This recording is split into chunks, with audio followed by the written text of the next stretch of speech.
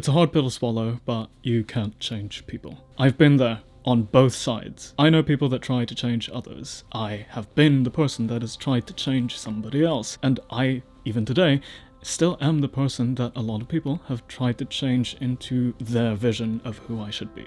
Hey, what the dog doing? It's Nicholas back at it again with this week's video. Welcome back to the channel, and if you're new here, hey, what's up? Leave a like, consider subscribing, and click that notification bell if you haven't yet already. In this channel, we make cinematic looking videos talking about life, art, and advice. I hope this video finds you well. I'm sure I'm not the only one who's had this happen in any which variation. Bottom line still remains. We can't change people. And motives are different for people when it comes to trying to change others.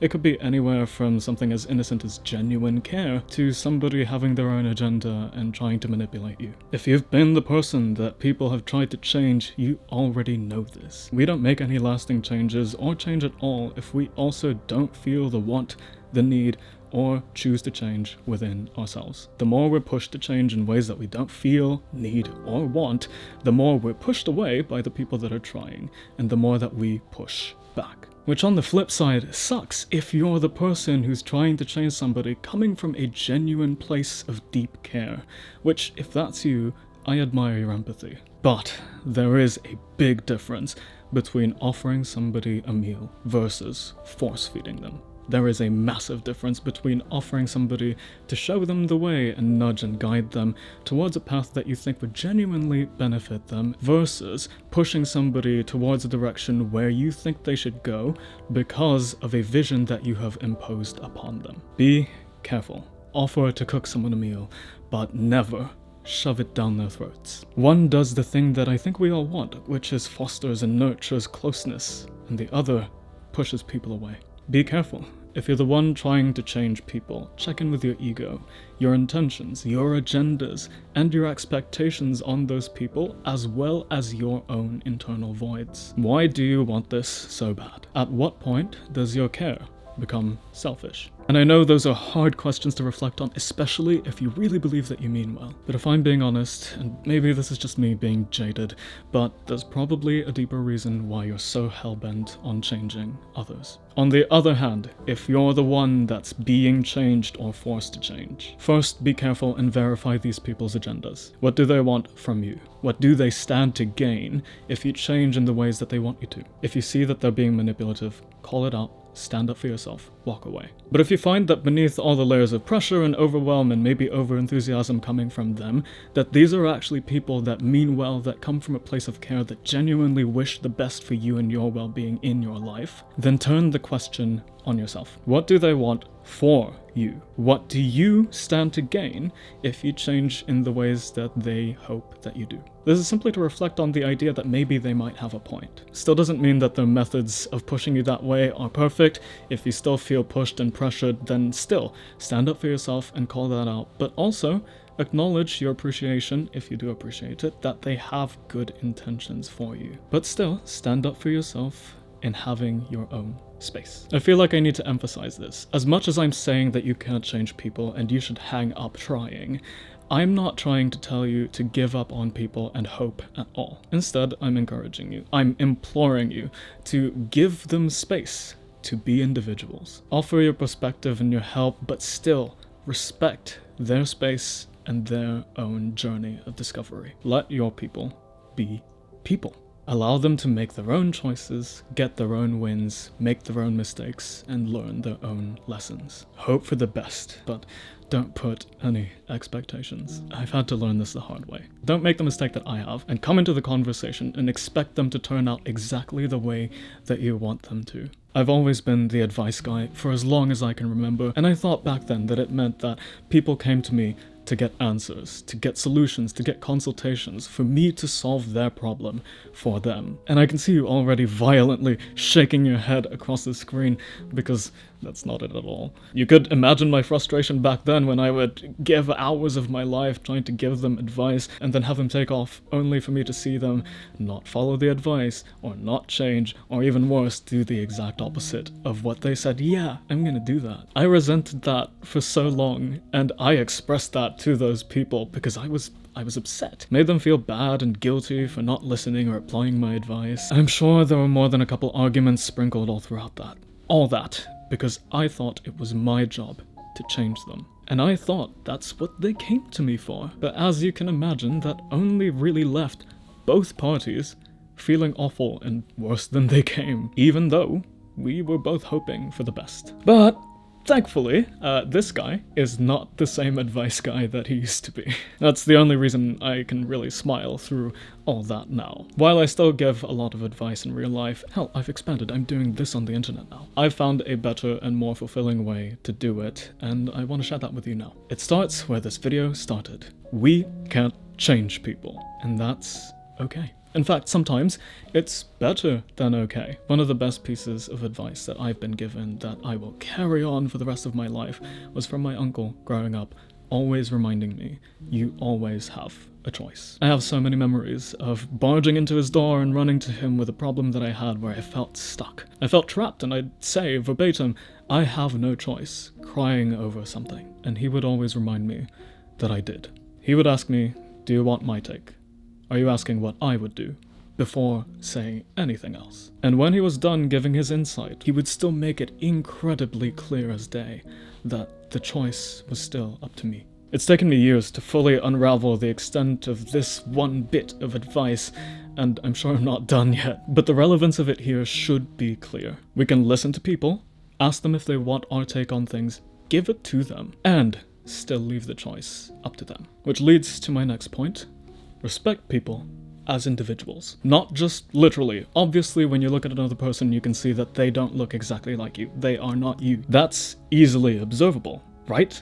And that's exactly my point. Even with those obvious signs that we're all individual, sometimes we forget that we are. We project our hopes and dreams onto people. We see ourselves in them one way or another. And I think the biggest trap of all is we see their potential, which is great to believe in somebody, right? But it's dangerous if you end up riding that wave and losing yourself in it. See the person for who they really are, instead of your idea of who they should be, or a reflection of your idea of who you should be. Think of it this way. Even if, and it's a big if, but even if, your endpoints are the same, doesn't mean you had to take the same exact path to get there. To illustrate it even further, even if you end up in the same city, in the same building, on the same floor, in the same room, doesn't mean you had the same morning routine, you took the same method of transportation on the same vehicle, and went the same exact route to get to that building, or took the exact same elevator to get to that floor. There are a billion different ways to approach one thing, and that one thing being life. Just because we know how we ought to live ours doesn't mean that applies to anybody else. So let's respect the paths of everybody around us and allow them to discover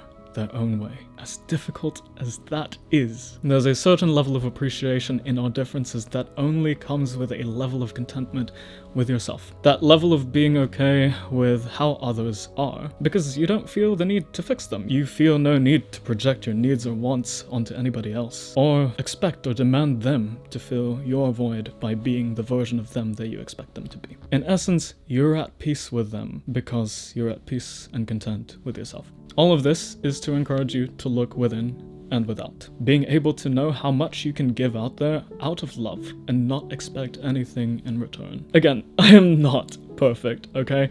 A lot of this I work on daily and I'm still trying to figure out, and I'm putting this out here to show you that, hey, I've learned a lot of things over the years. I've told you bits and pieces of the things that I've definitely messed up, but that doesn't mean I've got it all down now. I'm sharing with you what I know. I'm hoping that this encourages you to figure things out for yourself too, much like I'm trying to do. I myself am hoping, but not expecting, that we can all take away something from this and work on our faults in the way that we try to show care and help the people that are in our lives. I've been that boyfriend that saw her potential and believed in it so much that I wasn't able to see the reality of who she was, for better or worse. I've also been that boyfriend and friend to people where they saw something in me and tried to change me according to that vision that they had. You know how many times people tell me to cut my hair back short or to let it all down, told me to dress more low-key and be more like a normal person, told me to change my art style and the way that I do things completely because it's too this or too that or too dark or too edgy or whatever, right?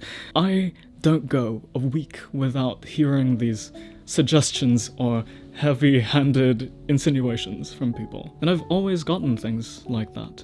And I'm sure you have too. And maybe they have a point. Maybe they mean well. Maybe if I did dress more low-key and like a normal person, and acted less goofy in certain situations and less serious in others, maybe I'd have more success in whatever realm: social, business, networking, romance. But like I've suggested today, verify their intentions, and more importantly, verify if that suggestion, if that advice, if that change is really for you.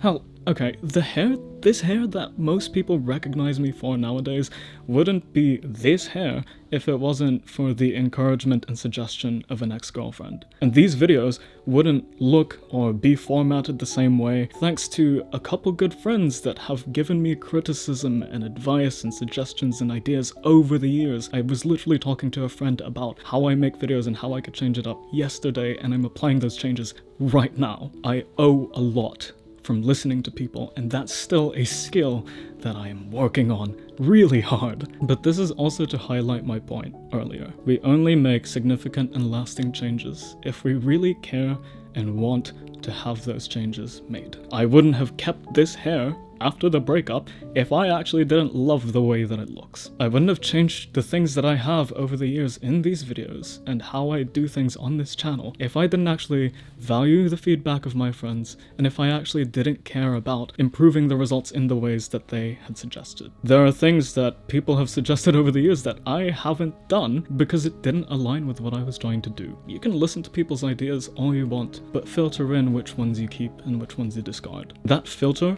of knowing what to consider and what not to, what intentions are pure and what intentions are not, which people are being supportive and which are being manipulative, that comes with experience. But an even bigger point, an even larger credit, goes to the lovely people in my life. I wouldn't have been so receptive and willing to listen if they didn't approach me and come from a place not only of genuine care, but also of respect. A profound and fundamental respect of who I am and my individuality. They knew, you know, that I would do my own thing anyway, but you gave your 2 cents, let me ride off into the sunset, not knowing what I would do with it, and you were okay with that. I hope we can all be that way for our people. Give grace for them to choose, explore, make mistakes, and learn their own lessons, hoping the best with no expectation, letting them be without giving up on them. I hope this video has been helpful to you. Leave a like, consider subscribing, and share this to somebody you care about, through Instagram stories or through a private message. And if you share it on Instagram, tag me, @SaravanVesper and @SentientPoison. Leave a comment if you want to talk to me. I will respond to you as best as I can. And yeah, like, follow, share, subscribe, whatever you do. Have a good day. Once again, my name is Nicholas. Cheers. If you're new to the if you're new, when it's, I can't. Focus, come on, this is the last thing I need to do for this video. Focus. That's it, haha.